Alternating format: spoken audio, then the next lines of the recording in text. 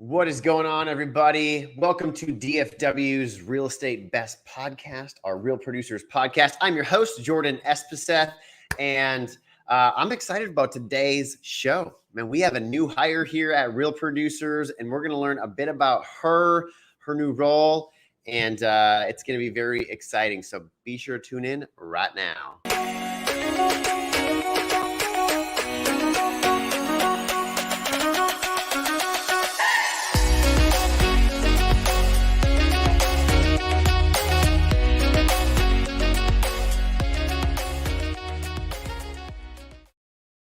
All right, everybody. Hey, before I introduce our guest, I want to share a couple things about Real Producers and also what Real Producers is powered by. This podcast here is powered by The Difference.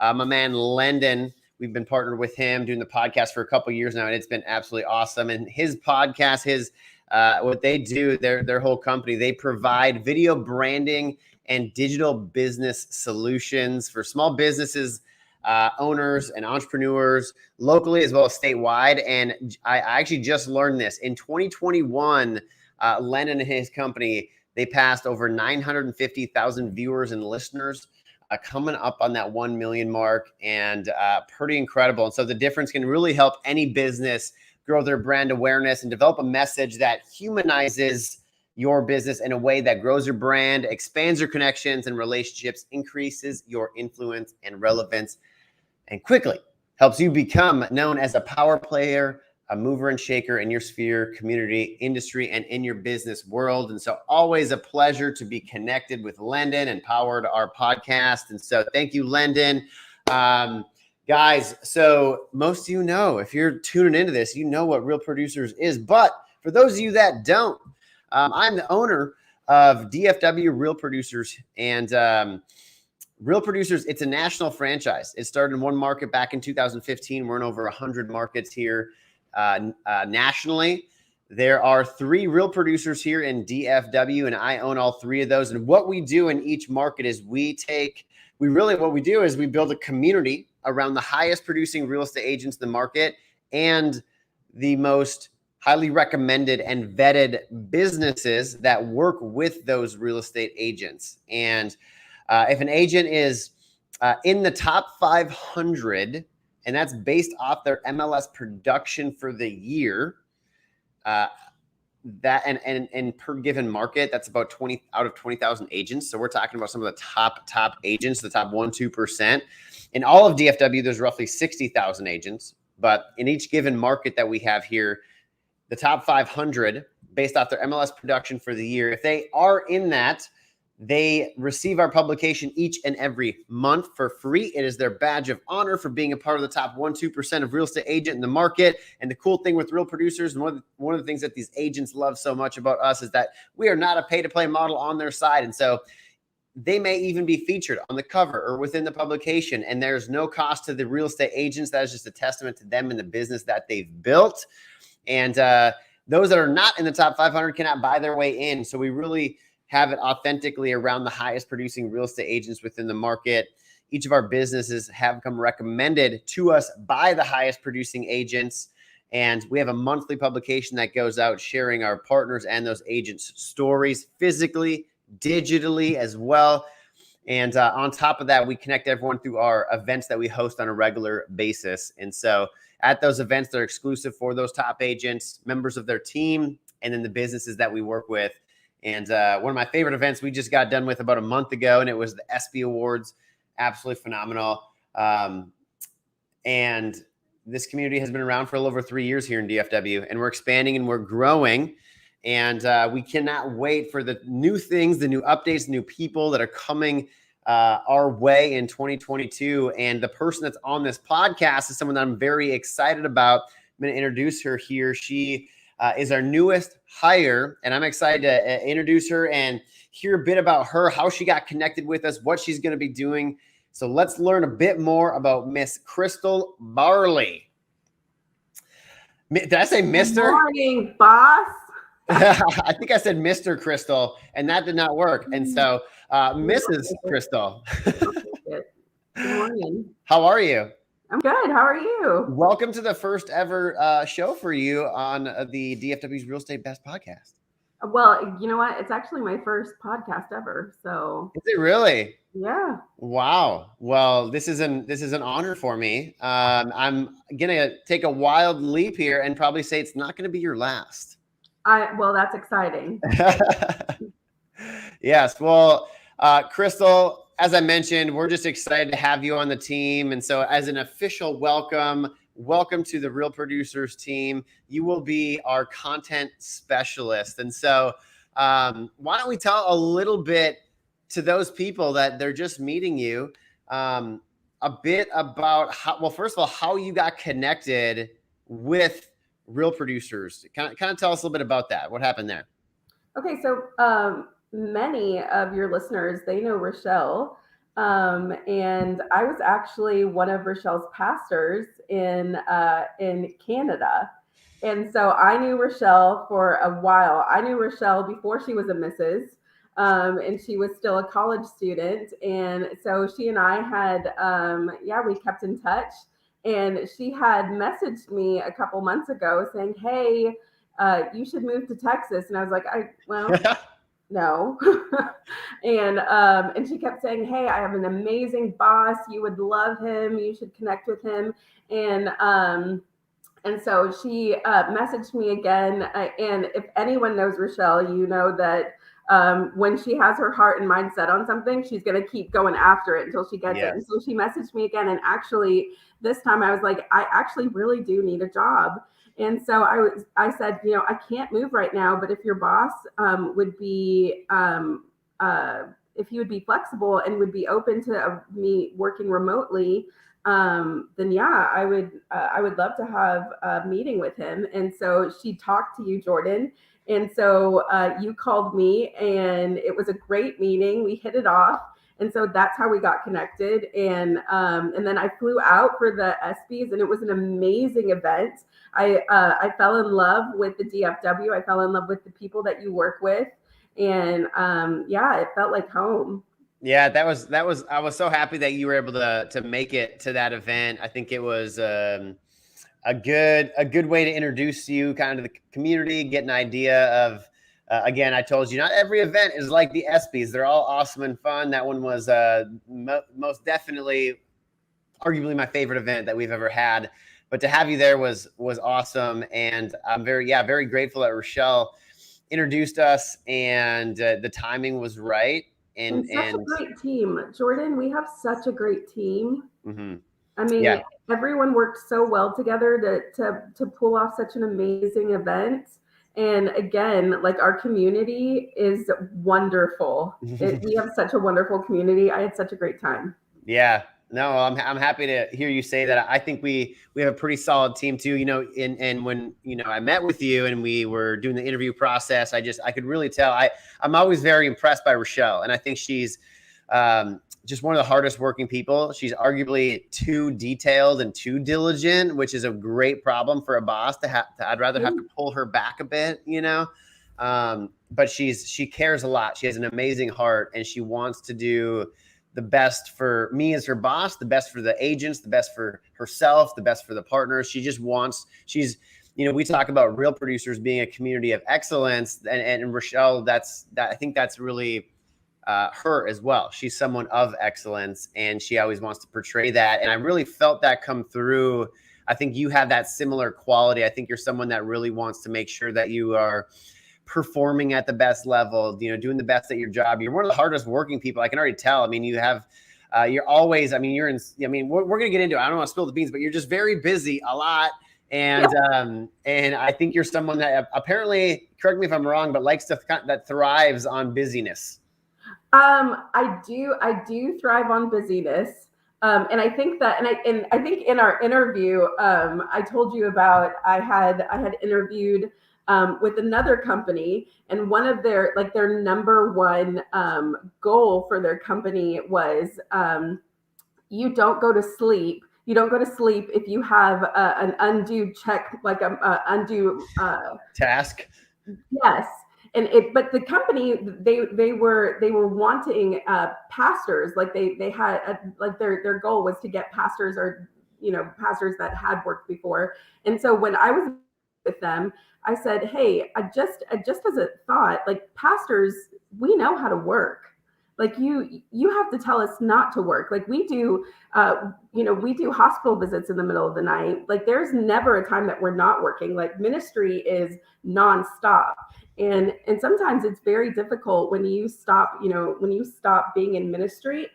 You have to learn how to have boundaries. And so that's one thing, transitioning out of, for me, learning to have boundaries and not take work home. And that's one thing that's so great about you. Like, Rachelle has to keep telling me, like, don't respond to texts after a certain time. Don't. And I'm like, oh gosh, okay. Or don't, and I'm like, that's what he wants? Like, Jordan, like, she's like, yes, that's called health. And I'm like, oh, he's that kind of boss. I'm not used to that. And so, so just having healthy boundaries and learning that has been so refreshing working for you. So thank you for that. Yeah. Well, I'm someone that I understand too. If you guys are happy, if have your sleep, if you know what I mean, like that, then you'll do better when you are working, and you work hard and then you rest hard. Exactly. Yeah. Exactly. And there's times, especially as the boss, and there'll be times moving forward too, where we have deadlines we're going to have to work harder than that's like anything though. He's like, oh man, for this next week, we're going to have to work past 5, or we're going to have to do this. And that's all expected. And from time to time, but as a general whole, I mean, I'm someone that, I want to have stability in my life, and and time with my family and my friends, and have a life. And I know that for Rachelle and for you, like, this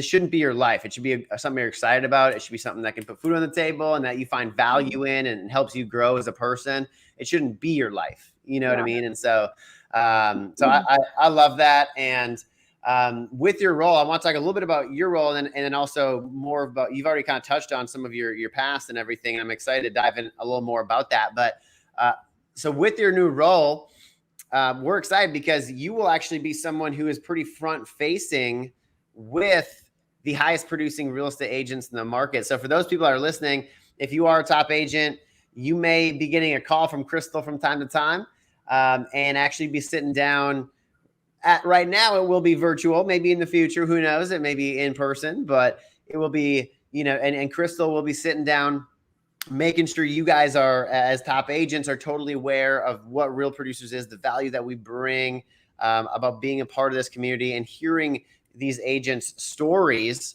and being our content specialist. It's where you'll have a big part in we don't necessarily decide who is being featured. I mean, obviously we do, but we look at certain things, and you'll be a big part of that. And so I'm excited to have you be a part of this community and learning from these top agents. And that's something, when I started this, meeting with these top agents, I hope you're excited about that. I think we've talked about that because they are some of the most successful people, successful entrepreneurs. They have succeeded at levels that a lot of people never were able to do, at least within that real estate industry, right? And for us to be able to sit down, hear their stories, pick their brain, success leaves clues, right? And if you're around that enough, you start to kind of, get their juju rubbed off on you. That's right. Yeah. and so I'm excited for you to be able to get inside the minds of those top producing agents. Absolutely. And one thing that you say that I love is that Real Producers Magazine is not a brag book, but that it's real stories coming from real people. And, in the short time that I've been doing this, I've met with people. One gentleman that I've spoke with, he was an immigrant from India, and his story is that he came here during the IT boom, and his agent said, "Hey, I need an agent for our Southeast Asian community. Would you be interested?" And he said at the time, this was in the 90s, that there wasn't a real estate school. So he went to the community college at night to get his real estate license. And since then, he's opened his own brokerage. And he's also gotten he's been the housing authority broker for like the past umpteenth year or something. But he was telling me that not only is he helping his community with what is it housing. He was telling me that it's like it's good housing. So it's not bad housing. It's good housing for lower income families. But he's also helping his community by becoming landlords.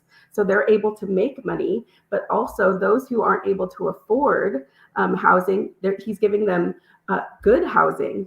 And so he's making money, he's helping his community make money, and he's helping his community afford housing. And so I also spoke to another gentleman who he and his wife retired, and he realized that his son and his son's friends, they weren't able to purchase homes. And so he was like, you know what, I think I'm going to get my real estate license and I'm going to try to help them get into homes.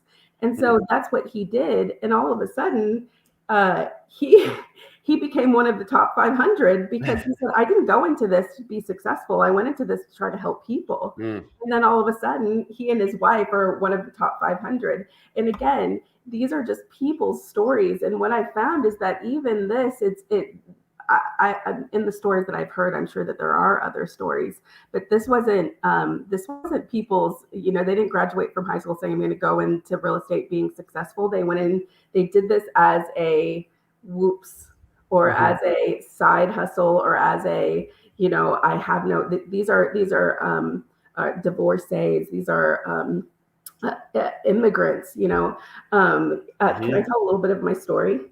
Yeah. Oh, totally. Yeah, absolutely. So my grandparents, I'm from Los Angeles. I'm from East Los. Angeles. And my grandparents, they're actually from the Chavez Ravine. Any of our listeners, please go and Google Chavez Ravine. This is where the Dodgers Stadium is now. But they lived in shanty little shacks. And Walter O'Malley, he owned the Dodgers. And he actually purchased the land there, and he pretty much dragged all of these Mexican people out of their homes, and he built the Dodger Stadium there. And so my grandparents, they both lived in these shanty homes. And my grandmother, she has a second grade education. My grandfather graduated from high school. And during this time, they were trying to build up Los Angeles. And so they were giving out very low interest rate loans. And so my grandparents won, and they built one apartment complex. And when I asked them about it, I'm like, were you not afraid of not being able to pay it off? Or were you not afraid of, I don't know, people not moving in? Or now, you just think about these things now, like failure is always, maybe it's just for me, not for you, Jordan, because you have your hands in so many things. But my grandmother said, no, failure was not an option, for immigrants or, for people who just have success on their mind. So they built this.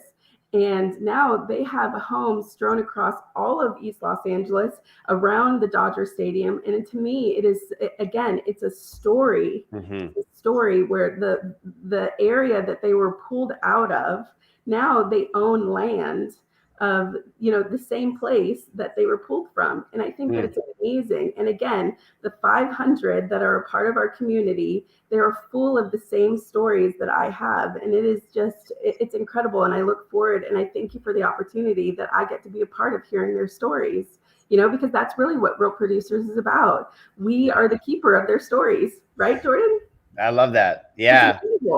Yeah. And that's pretty, I'm excited for you. I mean, even that story you just shared, you're going to hear so many different stories of, yes, people, there are keys to success, but also there's so many differences in people and their stories. And you find very successful extroverts, but very successful introverts, people who, are 100% they like to like door knock and cold call, and there's people that do leads, and there's like, you'll hear all these different strategies and what people do. Some people are really, a lot of people do visioning and they have goal setting. But one of the top agents that I love so much, Colleen Frost, she doesn't do any of that. She just believes her thing is, what does she say? No goals, no limits, or something like that. And, but it fits people's personalities. And so what I often find is that people just tend to be true to themselves. Yeah. And when they're true to themselves and not trying to be somebody else, that's when that level of authenticity comes through, that's when people reach success. When they come from they're just going to stay true to themselves. A lot of people have a heart for a certain thing, and that's what they're going to push for. And, but it's going to come in so many different ways. But I do think that's one thing, is when people find a way to be authentic in themselves, I think people are magnetized to that. I think everyone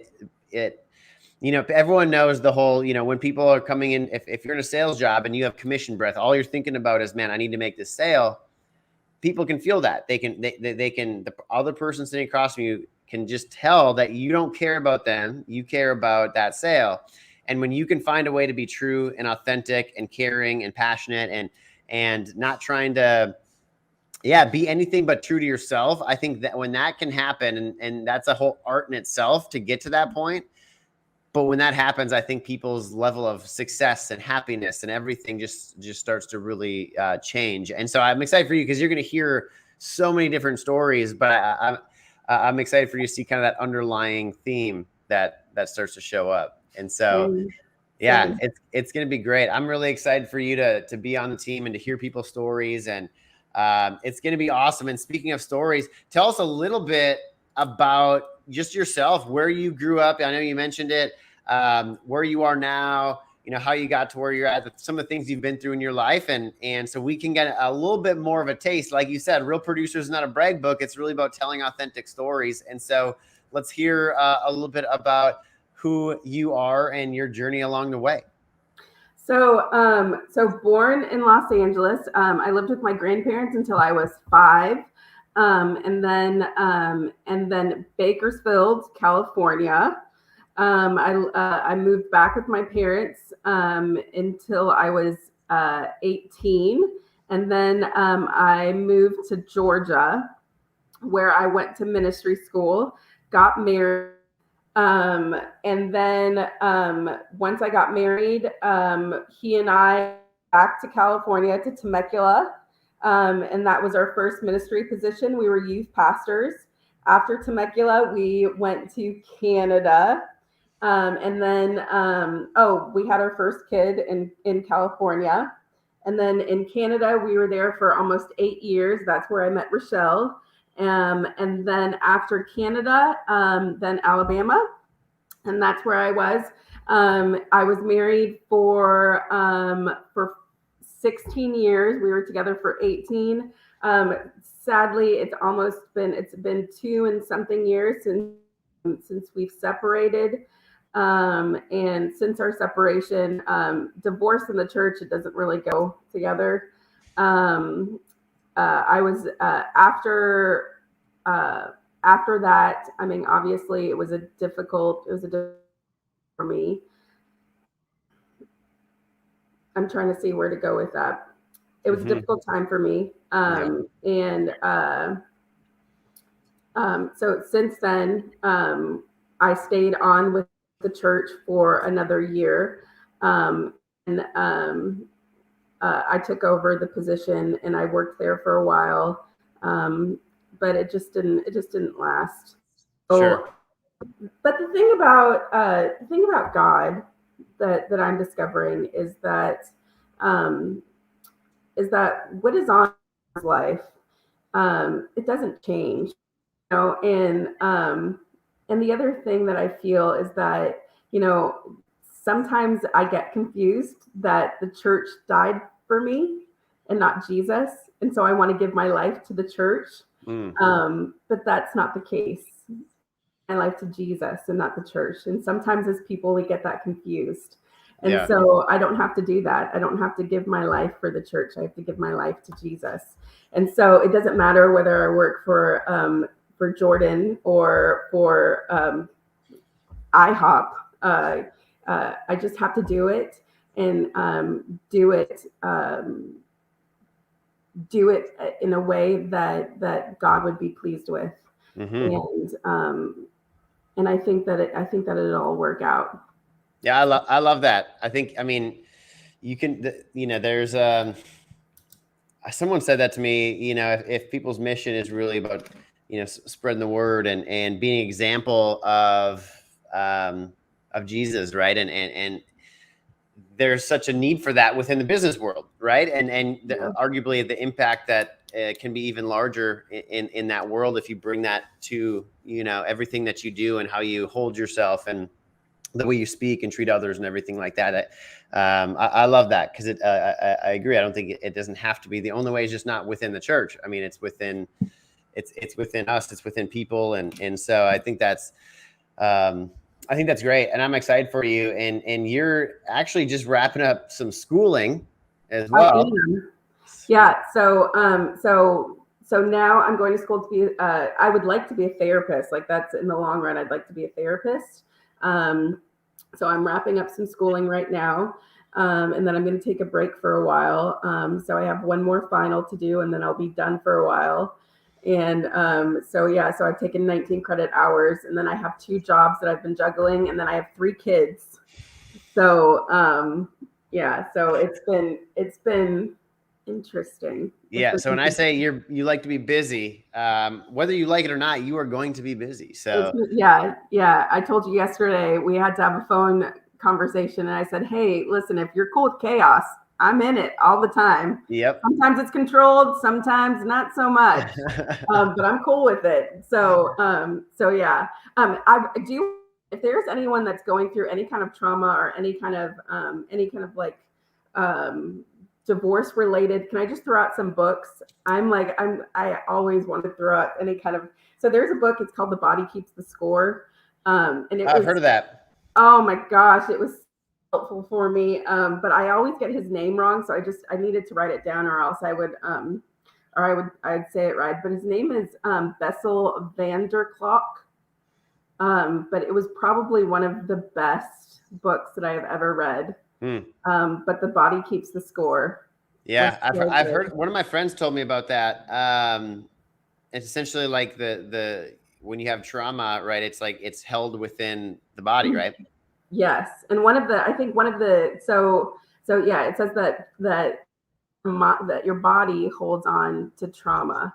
And so actually right after my divorce, or right after I discovered some stuff, I started taking boxing. Oh, there you go, Lendon. That's awesome.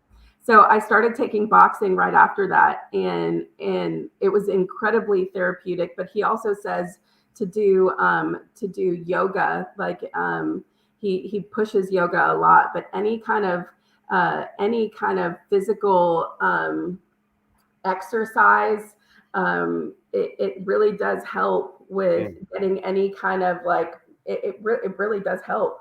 Totally. So yeah, The Body Keeps is an incredible book. That's great. And I love that. I'm someone that if I don't work out, I get weird, like it starts to mess up. I need to be active. I'm a meditator every morning.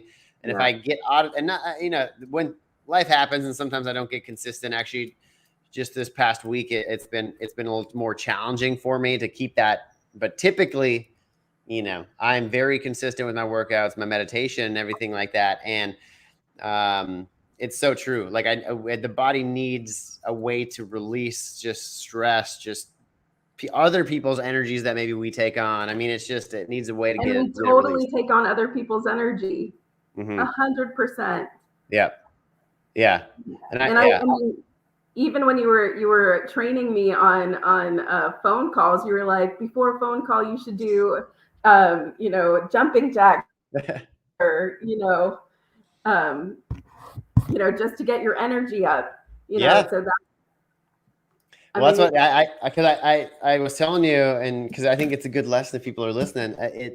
No one wants to, if you're in business or sales or anything, like a lot of times we don't want to make the phone calls, or we don't want to go do the action steps. If you want to go door knocking or whatever your role is, where you need to generate business, set meetings, all that stuff, like that's never typically something that we're really excited about doing. And a lot of people have some weird energy around that.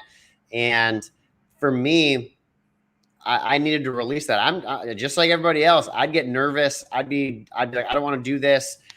My tendency was, let's go get distracted. Maybe I better check Facebook, or maybe I better go call somebody else, see how my mom's doing. We start making excuses as to why we shouldn't just do the task at hand that, needs to be done in order for you to take the step to be successful. And for me, it was like, I need to do this, but I didn't want to. And so I told you what I used to do was I'd be like, okay, I'd get the number set up in my phone. I'd literally drop down. I'd do like 10 push-ups. On the 10th one, I'd hit the call button. I'd stand up and I'd start walking around. And when they would answer the phone, my energy's up. I arguably was overzealous, but I would rather fail on being overzealous than being like, hey, hi, my name's Jordan. And but that the body, it feels that energy and needs an outlet for you to be able to perform. And people hang on to that, for years and years and years. And the person on the other line can feel that energy. They can hear that energy. Totally. There's a, I don't know if you've seen this. I watched it many years ago and someone just sent it to me the other day, but there's this guy that holds this glass up. Have you seen this? And it's a professor and he's in a classroom and he goes, how heavy do you think this glass is? And someone's like, I don't know, like, 12 ounces, something like that. And he goes, the weight of the glass doesn't matter. He goes, if I hold this I can hold this for, a minute and it's no problem. But if I hold onto it like this for an hour, it starts to get really heavy. If I hold on to this for a day, my arm's going to ache so badly. And it's just going to be, if I hold on to it a while, it's going to feel like my arm's going to want to fall off. And what he said with that is basically like when people, they hold on to trauma, at early on, it might be a little wound or a little sore or a little bit of bad energy. But when you hang on to that over time, it starts to get more heavy and it starts to be more painful and it starts to weigh you down. And so we need ways to release that. And that can be, like you said, that book is probably a great thing for a lot of people to release that energy. Wow, that's so good. Yeah. That's so good. Yeah. Well, I love that. So that's a great book. Is there other, you sent me a podcast that I loved on dopamine. That was what was it? Huberman Labs, right? Yes. That's a great podcast. Yeah, that was really good. If anyone's interested in motivation and not like rah motivation, but understanding motivation, why we do things, that podcast was amazing because the underlying thing is dopamine. And and that's like the chemical, that's like the reward motivation chemical in the brain. Mm-hmm. And so just even like doing push-ups, like what's happening is that there's a dopamine chemical going to the brain that's motivating us. Mm-hmm. That's giving us that there it is. Yes. Yep. He's so great. Very good. And so in the podcast that I sent you, he talks about ways that we can our bodies into motivating us to do things that we necessarily don't want to do. And mm-hmm. And in one of them, because I have so much going on, I listen to these things so that I can do more in the small amount of time that I have. Yeah. And one of the things that he says, for instance, is the morning time is when you want to do the hard stuff, even though you don't mm-hmm. want to do them. For instance, like he even talks about like write a checklist and even checking stuff off. Something happens in your brain when you see that something is done. There's like something happens that like, ooh, I got something done, that there's a dopamine that's released, like, oh, I got it done. Or even going through your email list and responding to an email and checking that off and seeing that it's getting smaller. Something is happening, that dopamine is being released in your body, mm-hmm. that you're getting it done, man. So mm-hmm. it's like, oh, this is happening. Or eating more protein, like, and he even says like so serotonin levels are released more in the evening. So if you have to do creative things, if you have to make videos, if you have to do stuff on Instagram or whatever for your business, do that later in the day. Don't do that in the morning. More fun. So you want to do that first? Don't. do the things that you don't want to do first. Mm-hmm. And do that later in the day, because that's when the creative juices are flowing more. Yeah. He also talks about this, which I've done more, but cold baths release dopamine. So take a quick cold bath, or when you're showering, end with a cold shower. Mm-hmm. That releases dopamine in the morning. So anyways, yeah, it's a great, and it's a natural thing that our body does. Yes. Right? Yeah, so, my coach is actually a former Navy SEAL, and he takes a nice bath every morning. And you know, he swears by it. He's now trying to get more and more people to do it. And I think one day when I get like a home and everything, I actually think I will get myself a nice bath, because I do believe in that. And that's what's interesting about the dopamine levels. And we, you know, we can move on to the next topic, but I love this stuff. And with dopamine, when we artificially increase it, whether that's through drugs or alcohol or our phones or Adderall, those things actually decrease your baseline for how your dopamine levels are throughout the normal day. And so what that means is that what you normally found joy in is not as enjoyable unless you have some other thing to help increase your dopamine. I mean, just look at now people when they're out eating. My girlfriend and I last night, we went on we do date nights on Tuesdays, and we didn't bring our phone. And for a lot of people, so we didn't bring our phone. But for a lot of people, they feel uncomfortable in conversations or sitting around the dinner table without their phone, because when they sit there without a phone and the conversation may die down for a little bit, we need to look at our phone to get that hit of dopamine. Right. And then we feel better again. And it gets dull, so we go to phone, dopamine. But if you don't have that, people get uncomfortable, right, because they're not getting that dopamine. Challenge. Yeah. Hey, listeners, that's a great challenge. Yep. That's great. So it was funny. We actually had to ask the server. We're like, we're talking about this. Like, could you search this for us?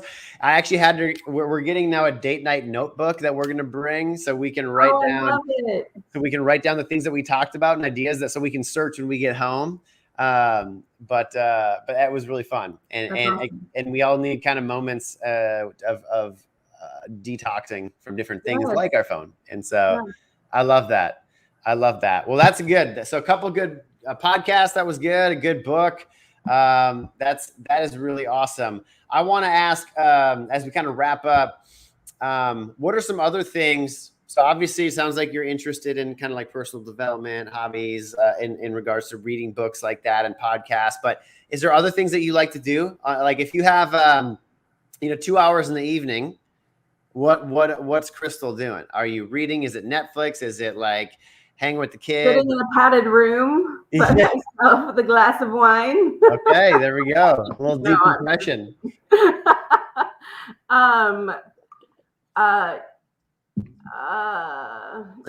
By myself. She's like, I'm never by myself. I don't know what that. What do you mean? I'm not. Like, really, I'm not by myself. Yeah. Well, I just downloaded. God, I'm such a nerd. I really am such a nerd. That's good. Nerds are cool. I just downloaded an Audible called Hail Mary. That's really good. Okay. Is that the new book? It's a new book. Yeah, it's really good. Well, Lance, I just downloaded. I'm in the middle of one right now. It's called. It's really good. Really, really good. Lance, the co-owner of ours for Tarrant Real Producers, was recommending it to me. It's called The Gap in the Gain. And for a lot of people who are entrepreneurs, I think most people just need this in general. It's a super great book. And essentially, if I were to sum it up, from my understanding so far, it's basically to acknowledge like how far we've come. A lot of people like create goals and they're like, okay, I want to be here. That's my ideal. And it's a big stretch. A lot of us are big dreamers, and we've been told to set really high goals, because even if you don't reach it, look how far, if you say you want to make $500,000 in a year, but you make the 300, like if you were to set your goal at 300, maybe you got to 150, right? And so like, we all are setting really high ideal goals of where we want to be, but a lot of us don't quite make those goals. I know I don't make the goals that I've set for myself, but what ends up happening in our brain as high achievers, we say, well, this is where I wanted to be, and I only got to here. And so there's this gap. He's going to pull it up. Yep. So there's this gap in between where my ideal was and where I actually got to. And we focus on that gap, and we criticize ourselves. We're hard on ourselves. We don't enjoy the success that we've had, even though we got to $300,000 in this scenario. We're thinking about the 200 that we didn't get because that's what we set. And that happens in our health and our fitness and our relationships. We have these ideals for what should be, these expectations, and most of us focus on the gap and not the gain that we had.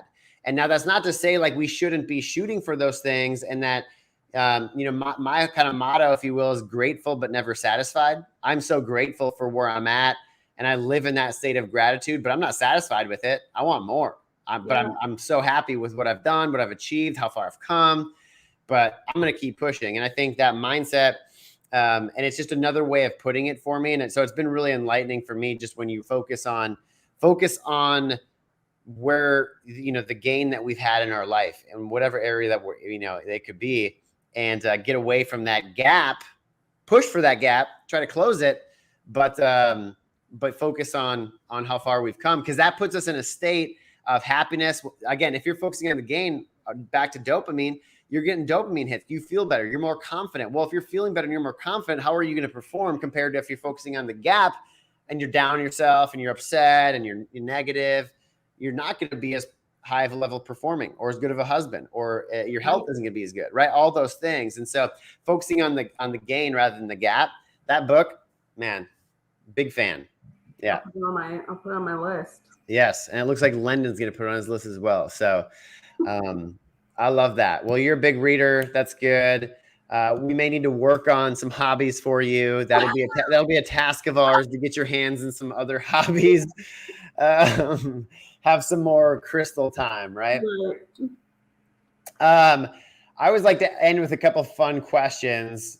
And one is, what is one thing that you can't live without? And I'm not talking like kids or Jesus or anything like that. I'm talking like a materialistic thing that you use every day, that you're just like, oh, man, if I don't have this, look at the wind back there. But you see my chairs are moving around and stuff? Oh, yeah. It is windy over here in Frisco. Yeah, what is that thing? And for me, I was talking to you on the phone yesterday. I went to the gym, and I realized once I got there that my AirPods were dead, and I was crushed, devastated. I never am on the phone without my AirPods. I don't hold my phone up to my ear like this anymore. Like that doesn't exist. And I got to the gym, and I had to have a conversation with you, and I'm on the treadmill, and I'm literally holding my phone up, and it felt so foreign to me. But for me, like my AirPods, I got two right here. Like I need my AirPods. I cannot live without them. And so for me, that's one thing that I need to have. I think for me, it's probably, I'm going to say her name, and she's going to respond to me. She's probably the only person in my house that does respond to me, and it's my Alexa. There's so many times that I'm like out of the house and I want to be like, Alexa, what time is it? Yeah. Alexa, like I want to ask her things, and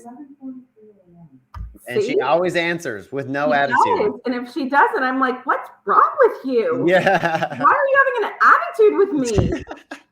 But yes, she's probably the only one that does respond to me in this house. That's great. Alexa, I was asking Alexa this morning different questions. And so yes, last night during dinner, we played like the trivia. We played trivia during dinner with her. We played Disney trivia, Harry Potter trivia. Last night we played Christmas trivia, but I love her. That's great. Yeah. Absolutely. Yeah. Alexa's big. I'm going to pull in Lendon for here. I don't think I've asked him this yet. What about you, Lendon? Is there something you yourself that you use every single day that's tough for you not to live with? Man, that's a good question. I don't know. It's I do want to comment on something you said, and then I'll get back to that. But I've got that deer lease up in Oklahoma, and I got it 10 years ago. And the first weekend I went up, we're about 15 miles outside of good connection, and I was petrified. I couldn't get my emails. I couldn't get my text messages. And I went in. I spent more time driving into town to make sure I wasn't missing anything. Yeah. Than I spent at the deer lease. The next weekend I went in, I had planned that I was going to go in on a Saturday night and check everything. And then, that was going to be it. And so that's what I did. The third weekend, I went 3 weekends in a row. The third weekend, when I drove in, I threw my phone on the dash and I didn't even look at it until I came out on Sunday. And it was amazing, the feeling that I got, the liberation, the being able to just cut that away from my body. I don't know if you've seen Elon Musk, and he talks about that we're already becoming cyborgs. Yeah. Because we have this electronic device that is attached to us. And it's sad that we're so dependent or so addicted. And I don't think we realize that we are addicted. I think the thing that I couldn't do without, and this is going to sound corny, cheesy, and probably kind of weird coming from me, and that's my dog. And I'm going to tell you why. She wakes me up every morning at 6 o'clock, and she does so in such a way that there's no way I can have a bad day. She is just the most happy, and she just barely paws at me, just real gentle, just so I'll wake up. She doesn't come rushing in or anything like that. And she's never in a bad mood. Most dogs aren't, right? And regardless, a little miniature schnauzer. And there's a big story behind that. I've always had big pit bulls. I've always loved pit bulls. They've always been great for me. And my ex-wife wanted this miniature schnauzer, and I was like, I don't want a little tiny yapping dog. I just don't want one. And finally, she got me to agree to get it, and that dog attached itself to me. And we've been inseparable for, I guess, probably 6 years now. When we got a divorce, she goes, as we're dividing things up as you do when you go through divorce, she goes, well, what is it that you want? I said, I want Abby. That's it. I'll leave and we'll be just fine. And but people laugh at me now because I've gone from the big tough dogs down to this little bitty prissy dog. Little schnauzer. But That's that's just it. You talked about it before about the people that you hang out with and how their energy becomes your energy. And it's amazing how that little dog's energy becomes mine. I can have a really rough day and I walk in that house, I can't be in a bad mood because of the way that she acts. So, That's sweet. So it's true. It's true. My girlfriend has a pit bull, and I've just fallen in love with that dang thing. You walk in the house and just wagging the tail, smiling, happy. You're right. We all need things that can help shift our mood, and so that's a good one, man. I love that. And so, well, that's great. Well, this was fun. I enjoyed it. Crystal, your very first podcast, massive success. You did awesome. Great. I had fun. Thank you. Yeah. No, there will absolutely be more. Yes, let's do it again. Yeah, absolutely. Well, this is good. Man, Landon, are we on? We have a podcast next week, I think, right? Is that Lance or is that Rachelle? I think. I believe it's Rachelle next week. I think. I'm not sure. It may be Lance, but we do have one next week, and then we'll be off the week after that. Yeah. Yes, I cannot believe it's almost Christmas. And so got to wrap up my Christmas shopping. Amazon, I love you. Maybe that's one I should start saying. I cannot live without Amazon. Yeah. What a company. Well, guys, thank you so much, Crystal. So excited to have you on the team. This is really fun. If anyone wants to reach out to Crystal, if they have questions, just want to pick her brain or just get to know her better, crystal.barley@realproducersmag.com. I believe that's right. Yeah. And you can also reach out on Facebook. Yep, you'll see more of her. And so thanks again. Can't wait to see what happens in the year to come. 2022 is going to be a fantastic year. And Landon, thank you as always, my friend. If anyone here looking to find a way to get their business out in front of more people, be sure to check out Landon and his podcast. And so, thank you, Jordan. Yes, sir. Thank you all for tuning in, and we will see you next week.